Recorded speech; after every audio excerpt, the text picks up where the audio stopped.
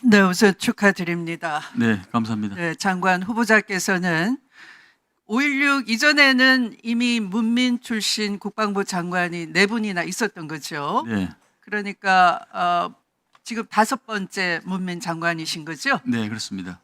내란을 극복하고 문민 장관은 참으로 의미가 깊다 생각합니다. 어떤 뭐 도전이 있더라도 잘 극복해 내시리라 저는 믿습니다.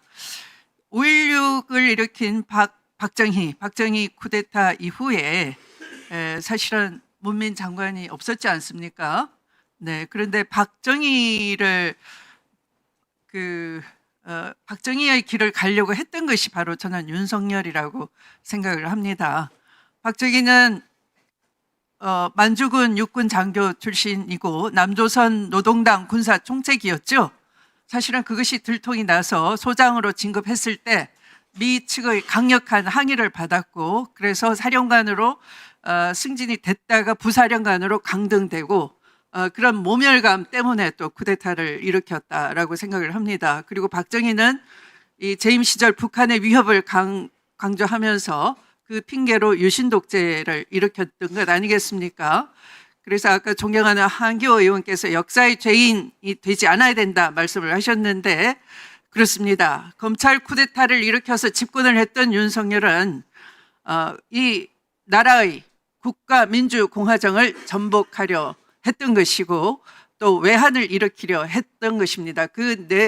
외환을 일으키는 수단 중에 무인기 3종 세트가 있는데요.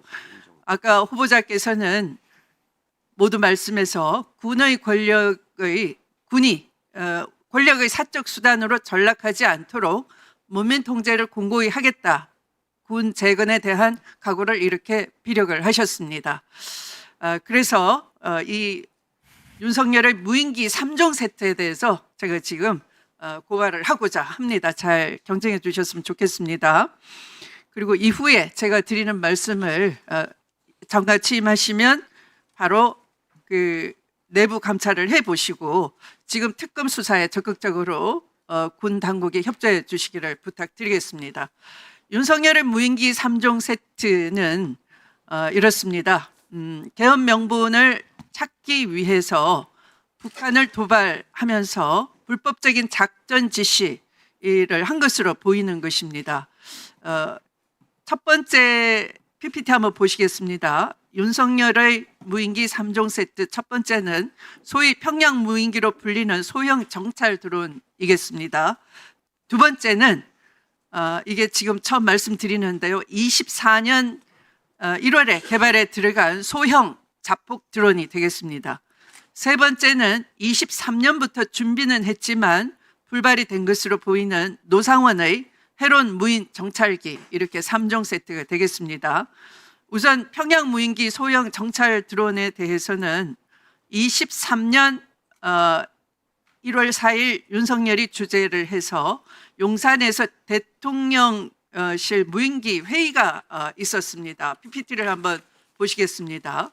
윤석열이 당시 주최했던 무인기 회의는 23년 1월 4일 9시부터 용산 대통령실 5층 집무실에서 열린 것으로 추정이 됩니다. 2층도 집무실이 있지만 5층으로 추정이 되는데요. 당시 참석자는 윤석열과 이종섭 국방장관, 김태호 1차장, 김용현 경호처장, 김승겸 합참의장, 김은혜 대변인, 엄동환 방사청장, 국가위원회에서 간 실무자 2인 등이 있었다고 합니다.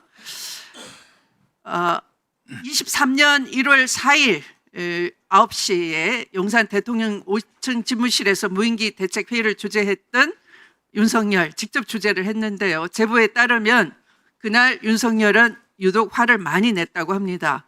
이종섭 장관은 속된 말로 많이 깨졌다고 하고 회의 도중에 엄동환 방사청장 등은 쫓겨났다고 합니다. 1시간 정도의 회의는 주로 김용현과 윤석열이 직접 주도를 했고 분위기가 매우 안 좋았다고 합니다. 자, PPT 한번 다시 보시겠습니다. 제가 윤석열의 주요 발언을 소개하겠습니다. 무척 화를 내면서 내가 이야기하는 건 방어체계가 아니야. 이런 거는 시간 낭비야. 북이 5대를 보내면 우리는 20대 정도는 대응하는 게 필요해. 드론 요격하는 거 가능하냐? 이렇게 성질을 내고 화를 냈다고 합니다. 그러면서 북한의 무인기 도발은 소프트 테러다 이렇게 전문 용어를 쓰면서 구매보다 연구 개발 비로 투입이 필요해 이렇게 지시를 했습니다. 그러자 아마도 1000대 만들겠다라고 한 것 같아요. 그랬더니 한꺼번에 1000대 만들지 마. 100대 정도 먼저 만들어야지. 시험도 하고 순차적으로 만들어봐. 이렇게 얘기했습니다. 근데 사실은 이 소프트 타겟 테러가 정확한 용어이고요. 소프트 테러라는 건 조금 잘못된 용어인 것입니다. 소프트 타겟이라고 하는 것은 이른바 타겟을 간접적으로 정해서 공포감을 대중으로 하여금 불특정 다수를 타격해서 국민들로 하여금 공포감을 일으키는 그 적의 테러인데요. 그 하드 타겟 테러와는 좀 다른 구분이 된다 하겠습니다. 그래서 윤석열이 이 더욱더 화를 내면서 뜨릇뜨릇 보고 폭파시켜 봐. 시험도 계속하고 다양하게 해봐. 이렇게 직접 지시를 합니다. 이것이 바로 자폭 드론이라 하겠습니다. 윤석열이 그러면서 드론 킬러 드론이라고 하자라고 합니다. 모두 일어서서 박수를 쳤다고 합니다. 그런데 드론 킬러는 드론을 잡는다는 뜻이고 킬러 드론은 다양한 무장한 드론을 의미하는 것인데 드론 킬러 드론이라는 신조어는 그날 윤석열이 만들어내고 모두 충성의 박수를 쳤다고 합니다. 제가 이렇게 자세한 말씀을 드리는 것은 평양 무인기 드론이 윤석열의 지시라는 것도 이 회의를 직접 주재했다는 상황을 봐서 알 수가 있는 것입니다. 그러니까 윤석열이 드론에 대해서 지시하고 보고받고 쉽게 말하면 작전 지휘도 직접 했다. 그 12.3 내란 개업날 각 사령관한테 재촉하는 전화를 여러 차례 했듯이 아닙니다. 시간이 주질이가 7분이기 때문에 오후에는 좀 더 여유가 있는데 다른 분 다 돌아가야 됩니다. 아니 왜냐하면 다른 의원님도 이 방송에 다 나가셔야 되기 때문에 좀 정리해 주시죠. 네, 정리하겠습니다. 그러니까 직접 작전을 지휘했다라고 보는 것이 저는 맞다라고 봅니다. 드론을 침투시킨 것도 윤석열이고 그 결과를 보고받고 박수를 친 것 정도가 아니라 그 항로 또 어디를 타격하라 특히 김정은의 그 저택으로 알려진 것도 윤석열이 지시했다라는 추정이 가능한 것이 바로 이 회의가 상징적으로 보여주는 것입니다.